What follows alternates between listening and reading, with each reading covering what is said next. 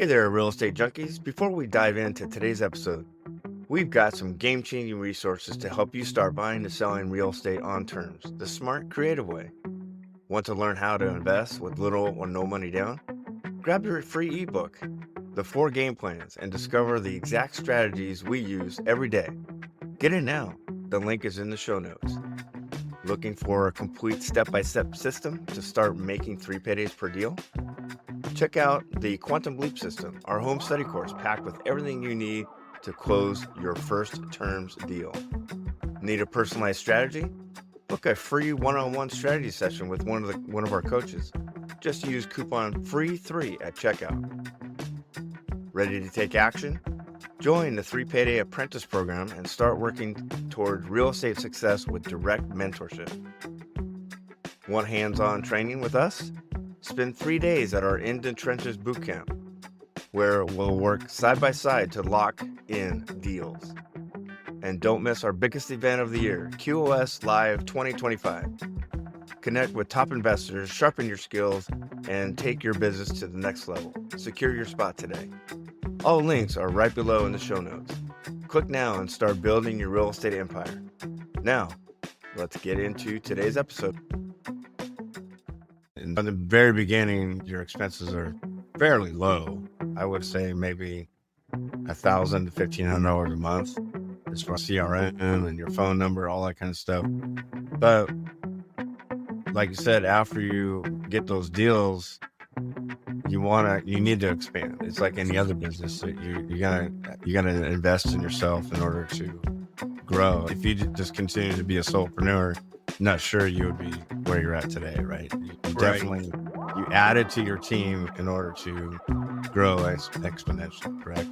Yep, and that took coaching from Chris because I had the expense mindset, spending money, and that investing it in my business. And once that sunk in, Chris told me it's going to pay you back many times over. And I'll tell you, it really has. Welcome back, everybody, to Real Estate Junkies, Coast to Coast. I'm your co-host, Rusty Ham on the West Coast. And I'm your co-host, Rick Abbiati on the East Coast. What's up, Rick? I just saw you a couple hours ago. What's happening?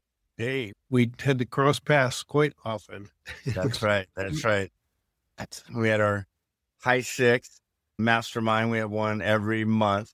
And this was a good one. It was a variety, and we're going to go over it with our game plan, just a variety of different topics. I think there was a house that has marijuana in it. We had some evictions. We had some, I don't know, there's some other things that were some kind of the ugliness of real estate and how to pivot out of that. But let's get started. We have our warm up, which is mindset, skill set, and systems. Then we'll have our game plan, which is, I think we're going to talk Sub2 on our financing. We both have one going on. And then our cool down, obviously, it seems like every episode we're talking about the In the Trenches Bootcamp, but the cool down, we're going to talk about that. So let's start with our warm up, Rick. Mindset. This has been on my mind because we have a few associates that haven't gotten their first deal yet. And they've been in the community for a while. And it could get frustrating. And we both have been there, right? Yep. So the mindset of buying into a coaching program, and it's not cheap, to be transparent, and then not getting a deal for a period of time. And it could weigh on you, right? You're like, hey, I have invested X amount of money. I'm expecting something in return. Right, pretty quickly. And so what we equated it off the air was buying into a coaching program like ours or buying into a franchise. And buying into a franchise is, there's various times, right? I think, Rick, so describe buying into a franchise and kind of that break even point, because there's a lot of work that has to go with franchising, right? It's not like real estate. I wouldn't say it's easy. We're calling people and trying to get houses under contract, but buying into a franchise seems a little bit harder to me. I don't know. What are your thoughts? Yeah, I mean, it all depends on the type of franchise it is. You have the home-based franchises, if you will, and you have brick and mortar type franchises. And a lot of those take years to break even. Right. So it depends. A lot of people come into this thinking, oh, I'm going to pop some deals and I'm going to make big bucks. And then 6 months down the road, why hasn't it happened? Everybody's path is different. Some of us come in with baggage. Some of us may not have the confidence, and sellers can pick that up when you're talking to them. So there's skill sets and there's mindsets involved in that time frame that it takes to get to the point where you're actually doing deals. Yeah. No, good point. And you're married to the franchise, right? It's almost, I want to call it a W-2. It's because the amount of hours spent in is a lot less, I would imagine. Would you agree or disagree? In a franchise, you're going to be living there. Yeah. So you're putting in 10, 12-hour days, right? I'm assuming. And we're putting 10 to 12 hours a week. So I think that's, and it just popped in my head because we didn't talk about it off the air, but that just popped in my head is okay, let's say hypothetically you're going to break even on a franchise in 2 years. But in those 24 months, there's no days off. It's almost 7 days a week. You're trying to get this thing off the ground where, let's say it takes 2 years for us, the flexibility that you have with us, just you're putting in maybe 2 hours a day of prospecting, calling sellers to see if they want to sell their home.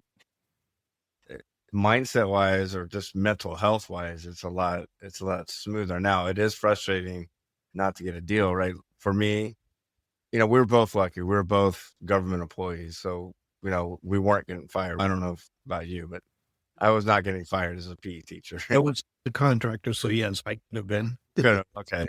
But so it took me a year to get my first taken. We call that taken, which is a house under contract. I had to give it back. We couldn't sell it to our rent-to-own market. But after that, it took me a year. But after that, my confidence skyrocketed. And we talked about this stuff here too.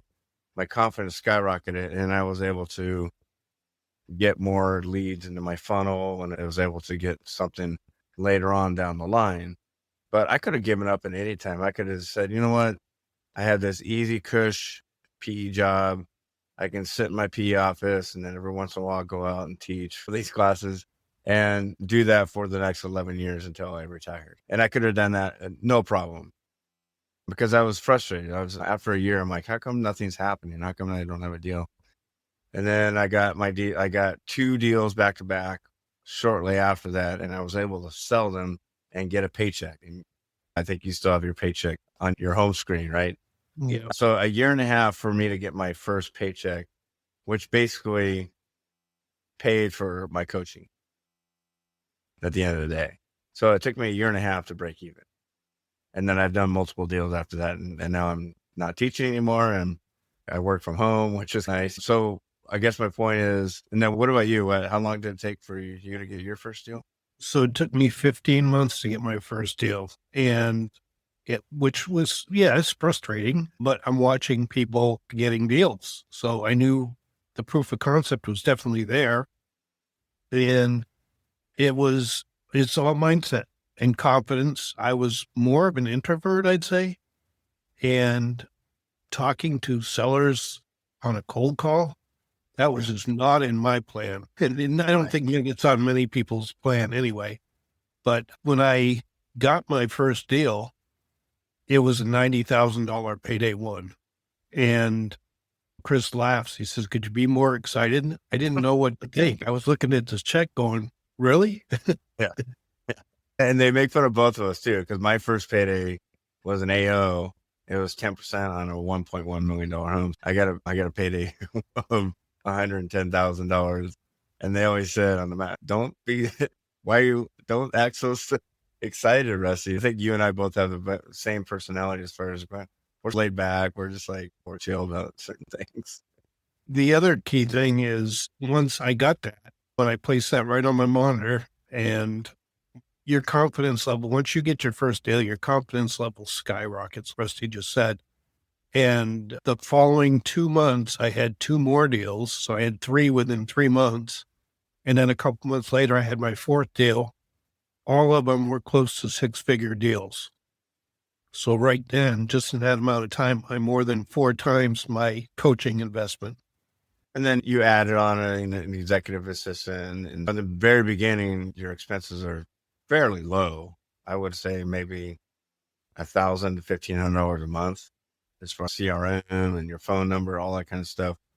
But like you said, after you get those deals, you need to expand. It's like any other business. So you gotta invest in yourself in order to grow. If you just continue to be a solopreneur, I'm not sure you would be where you're at today, right? You Right. definitely, you added to your team in order to grow exponentially, correct?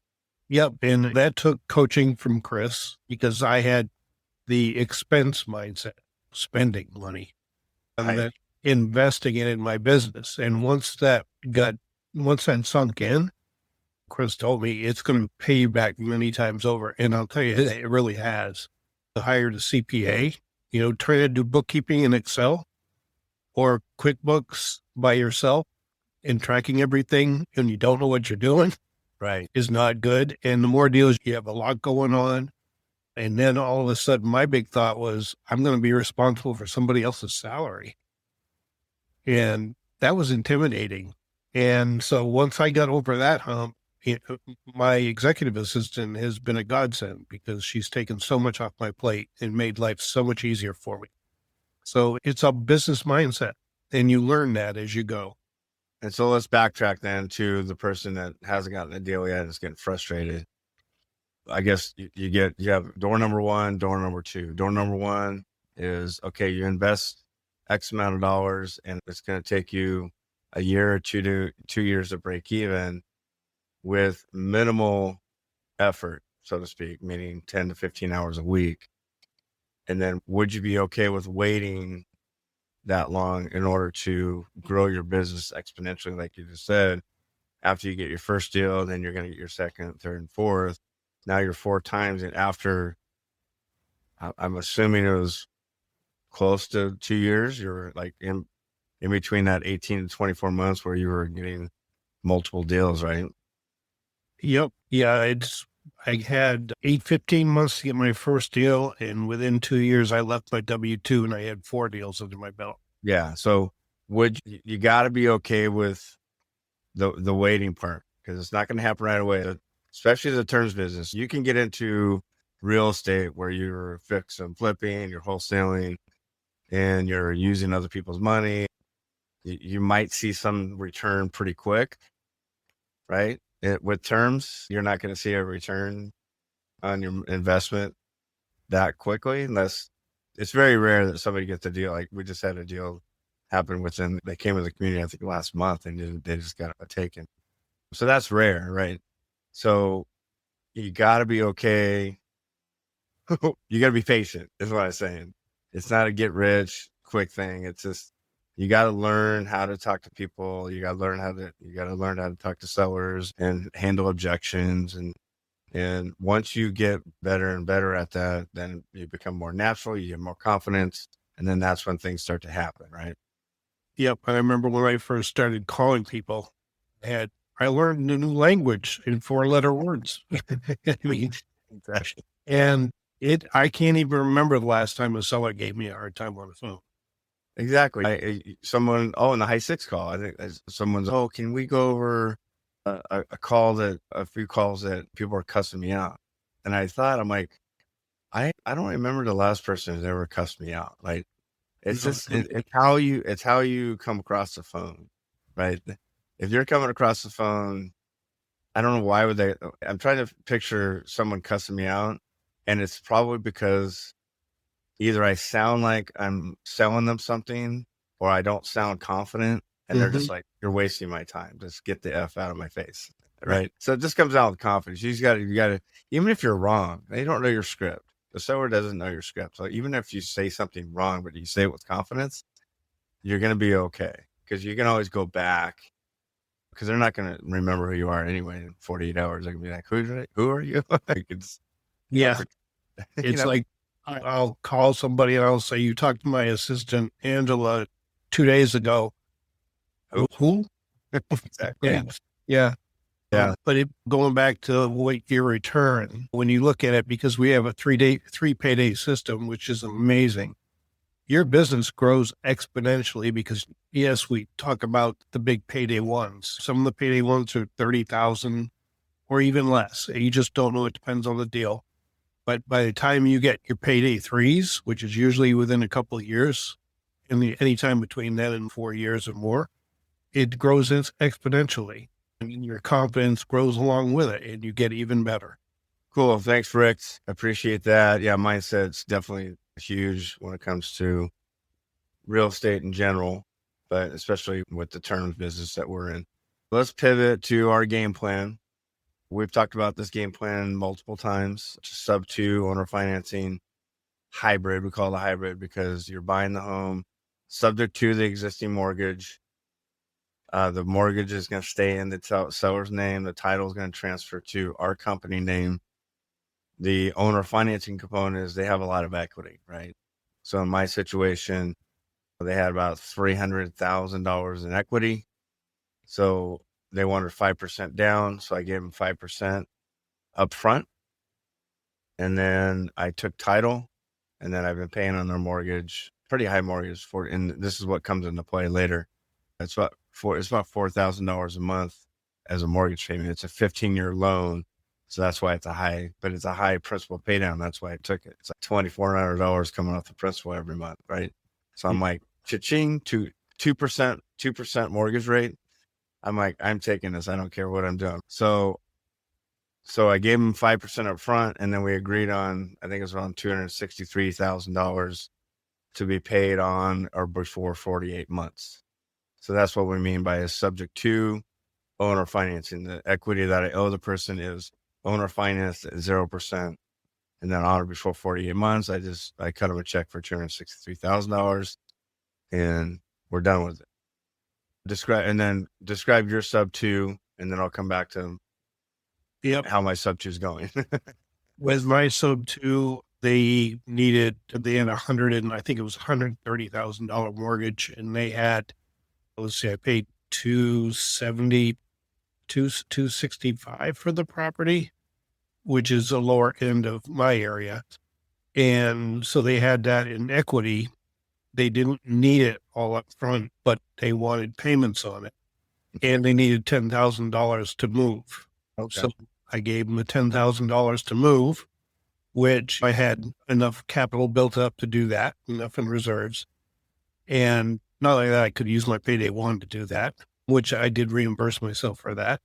And keep in mind, when you're putting a down payment down, you're getting that back on your payday three anyway, just the way it works. But yeah, so that was a 4-year term. Actually, it was 36 months and 2 6-month extensions because she didn't want to go 4 years. So I said, well, how about 36 and 2 6-month extensions? She was good with that. So it's the same thing. Yeah. And so I pay their mortgage payment, which is about $1,200 a month. And then I pay the seller a monthly payment of $467 against their equity. Okay. So yours is a little different, right? Mine was 0% on or before 48 months. Yours is some principal payments for 48 months and then a balloon at the end, right? Yeah. Okay. Good. So those are they're very similar, right? In nature, 48 months, there's owner financing component to it.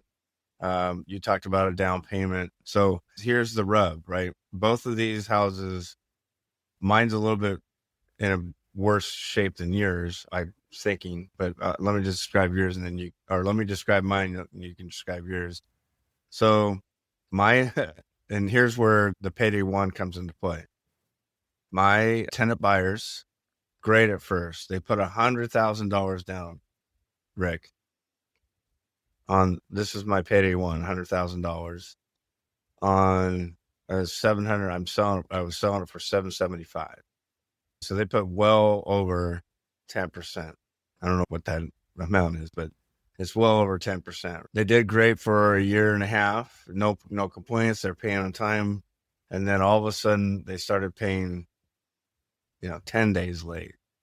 Then they started paying 15 days late. And I'm sending these to pay or quit. And then they would pay. So then they would roll back to And then they were late again. So I'm sending these pay or quit notices. And then it started getting to the end of the month where they were paying. And I'm like freaking out. And then I noticed that instead of paying they weren't wiring their money anymore. They were paying on their credit card. And so red flag number one is they're paying their mortgage off their credit card, which is never a good idea. And then in December, they just stopped paying. Right. So then I got an attorney, started the eviction process. Mind you, now they stopped paying. It's a $4,000 payment. So where am I going to come up with that $4,000 a month? The payday one. That's why we tell our associates, you get a payday one, you're not going out and buying Lamborghinis, right? You're not going and buying them on stupid stuff. You want to set a certain percent aside, maybe 6 months worth of paydays, so you set that aside. And if something were to happen, just like in our case, then you're able to pay that mortgage because that's what you promised the seller. You don't want to screw the seller over because the mortgage is still in their name. So I've been able to pay that mortgage with that payday one. And then then they trashed the place, Rick. This is what sucks about they ended up being renters at that point. And sometimes renters don't necessarily take care of the home. So I had to replace the carpet, to repaint the whole place.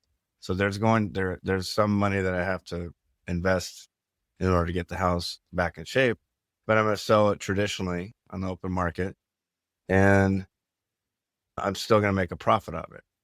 But I still and here's the thing with the 48 months is we're probably just past the 2-year mark. So theoretically I could, if I wanted to, do another rent-own, get another down payment from somebody and go through the whole process again. Or I have flexibility. That's what's important about the 48 months is I have flexibility on what I wanted to do. But that payment is it's pretty high. And so I just wanted to get rid of it. What about you? Where are you at with your property? I know it's not as bad as mine, but what? No, it's mine. The tenant buyers came in with 3% down, which was like $9,000 or something like that. And after about a year, they were doing fine. They were on time and everything. They weren't good with communication, but they were doing okay. And then about a year later, I got a text message that said 2 weeks we'll be leaving because they were getting electric bills that were like $2,000 a month.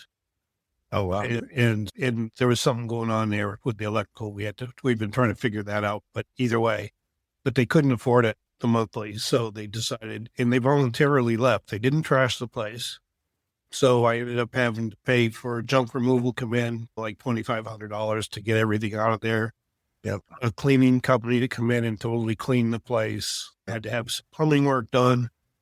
Nothing major. It was about $2,300 in plumbing. But so I had to get prepared to put another tenant buyer. Now, I still have time because I did the 36 months with the 2 6-month extensions. So I've still got time to put another tenant buyer in there, which we're in the process of doing now. But it brings up the point again that had I not been putting some payday ones aside, then I might be strapped. But I've been making the mortgage payments for the past 2 months until I can get a tenant buyer in there. This stuff does happen, not often, but you can expect probably if you have 10 deals, you're going to probably have one that could end up this way. Yeah, good point. Because the way we get tenant buyers in there, we vet them, and they put a substantial. And this is what surprised me about my tenant buyers. They put more than 10% down, and they still trash the place. Like they're losing out. This is a non-refundable down payment. If you don't exercise your option, you lose it. And so not only did they lose $100,000, they got evicted, which is on their record, right? So now if they try to go rent somewhere, it's be like, hey, what's going on with this eviction? So they totally just F themselves, that's what surprised me. But you're right. Out of all the deals that I've had, this is my only one that has been an issue, right? All the other ones have sold and we've had pretty good experience. We just wanted I don't know if you wanted to say something, but I just wanted to say that it's again, I say terms is not easy. The terms business is not easy. Real estate in general is not easy because if you are a landlord, you're going to have issues. However, our issues are very limited because of our vetting process. We don't let renters in. We are looking for buyers that are going to buy the home. And normally more often than not, it sounds like 10% in your case, they are going to fulfill their obligation. They're going to treat it like it's their own home, and it's smooth sailing, right? Yeah, the rewards far outweigh the downsides. And when we talk, I've had sellers say, what if I have to evict somebody? If it's a lease purchase or a Sub2 owner finance, the seller doesn't need to worry about that. That's on us. And honestly, and I heard Chris say today that they have never had an eviction not go our way because of the way our contracts are written. Right. Yep. Yeah. So very important. Good stuff. Yeah. There are some ugly points to real estate, but in our business, the way we run it, and like you said, and these tenant buyers are super grateful, right? I think you've had a few experiences where the tenant buyers are just super grateful because our tenant buyers are people that have money. They have it. We're not letting people in there that don't have money. Like that, we're setting them up for success. So we're only looking for those tenant buyers that have the money to buy a home. They just can't today for whatever reason. There are several reasons why they can't walk into a bank, but they have the cash flow. They have money set aside for a down payment. They just can't get a loan today. And we put them in a situation where, 24 months, whatever that time frame is, they're working on whatever they need to do to get fixed so that lenders will lend them money. And they're grateful for that. They're like, hey, we get to live in this home with our family, start a family. And again, we're allowing them to treat it as if it was their home. Like, we're not treating them as these renters, and we're not like, we'll check in. We talked about today, check in every 6 months, just say hi and just see how they're living. But they're super grateful at the end of the day. Right. Yep. And I look back and I've told this story before. I had a couple that had rent to own one of my properties. And Thanksgiving, I texted them and I said, wishing you both a very happy Thanksgiving. And the reply I got back, I was like, oh my God. The reply I got back said, Rick, it's because of you that we're so blessed on this Thanksgiving. You've given us the opportunity to have a house where we wouldn't have been able to. Yeah. And did that get worth it? That was really cool. Yeah. And you're able to make some money on the side. Yep. Yeah. Very cool.